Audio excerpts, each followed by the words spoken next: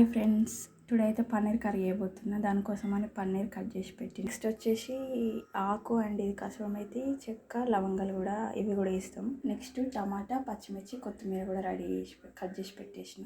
First అయితే ఒక bowl తీసుకొని అయితే ఆయిల్ యాడ్ చేసిన. ఆయిల్ కొంచెం వేడెక్కిన తర్వాత పన్నీర్ ఫ్రై చేసుకోవాలి.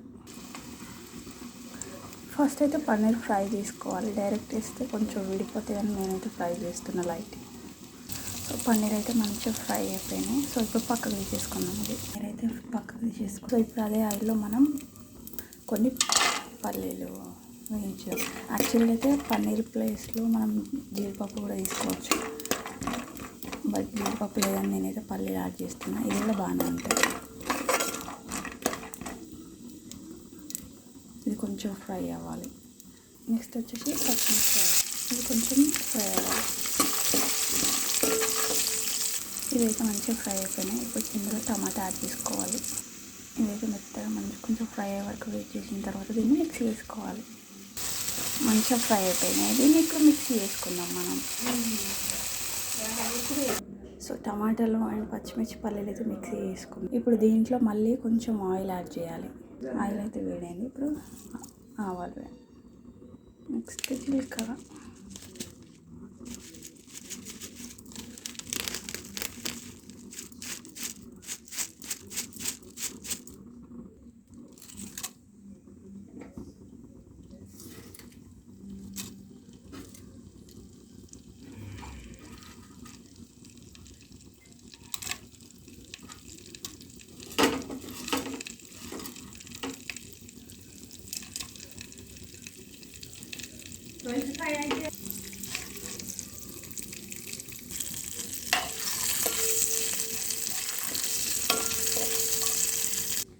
పేస్ట్ అయితే యాడ్ చేసేసిన. ఇప్పుడు మనం ఇందులో కారం యాడ్ చేసుకోవాలి. పచ్చిమిర్చి చేసిన కాబట్టి కొంచెం కారం ఉంటుంది. సో ఏమైనా తక్కువ ఉంటే ఇందులో యాడ్ చేయాలి. నెక్స్ట్ కారం యాడ్ చేసినాం. మసాలా పొడి యాడ్ చేస్తున్నాం. నెక్స్ట్ కసూరి మేతి యాడ్ చేస్తున్నాం. దీన్ని మంచిగా నలుచుకోవాలి. నలిచేస్తే ఫ్లేవర్ మంచిగా యాడ్ అవుతుంది అన్నమాట. సో ఇప్పుడైతే ఫ్లేవర్ ఇదైతే రెడీ అయిపోయింది. మనం అన్నీ యాడ్ చేసినాం. ఇప్పుడు పన్నీర్ యాడ్ చేద్దాం. ఇక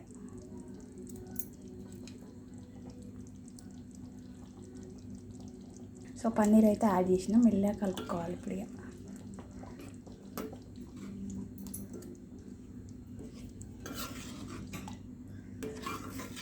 ఇప్పుడు ఒక 2 minutes ఉంచుకుంటే సరిపోతుంది.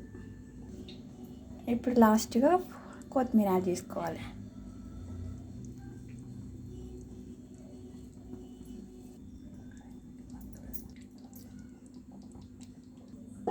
ఉడికించుకోవాలి. ఫైనల్గా అయితే కర్రీ రెడీ అయిపోయింది. స్మెల్ అయితే చాలా బాగా వస్తుంది. చూద్దాం టేస్ట్ ఎట్లుంటుందో.